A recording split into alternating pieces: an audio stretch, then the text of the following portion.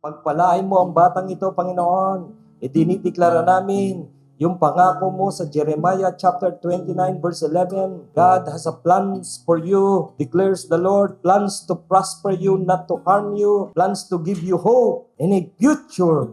In the mighty name of Jesus, ginawa mo siyang ulo, hindi puntot, Panginoon. Anumang larangan, aspeto ng kanyang buhay, kine-claim namin na ginawa mo siyang ulo, hindi buntot, in the mighty name of Jesus.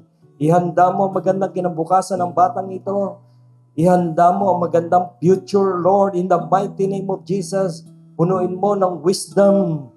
Punuin mo ng karunungan ng batang ito. At pagdating ng age of accountability, in the name of Jesus, matanggap kanya bilang Lord and Savior ng kanyang buhay. You know what to do. It's time to put your phone down and raise your attitude. The God who made the birds, sea, sun, and the moon isn't somewhere far away. He is standing in the room. So let it scream, let it shout, let him know what you're about. Keep it moving and grooving. Don't leave a single doubt that today is the day that the Lord has created. Why would I sit around just waiting? Let's have a celebration. It's time to clap our hands. Hi, baby Sebi. Ikaw ang aming little sunshine sa family. Ikaw ang nagbibigay ng happiness, lalo na kay mama. It's time to celebrate.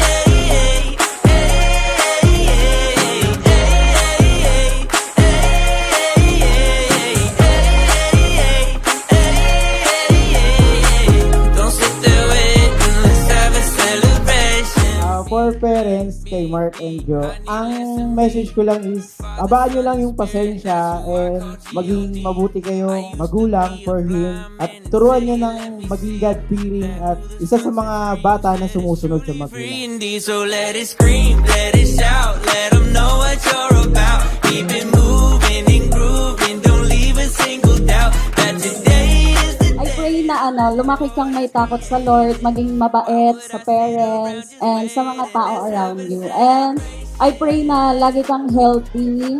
Lahat ng prayers ng parents niya is mangyari. celebration. If you believe that Jesus set you free, it's time to celebrate.